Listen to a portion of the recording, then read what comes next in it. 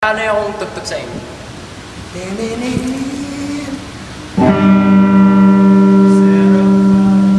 Oops! Abangan nyo na lang sa Youth on Fire sa May 18.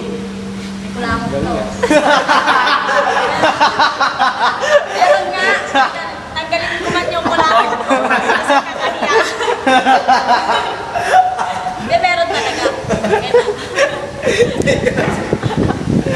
Ikaw lang hanggang. Huwag yung pinakahin. Mga COVID. Dali. Mga may braces daw.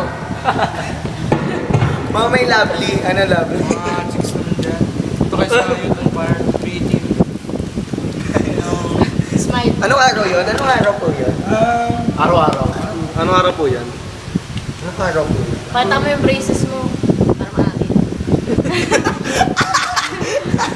Pakita mo para naman din. May Para di pumunta. Ayaw. Tuesday. Tuesday ka pumunta.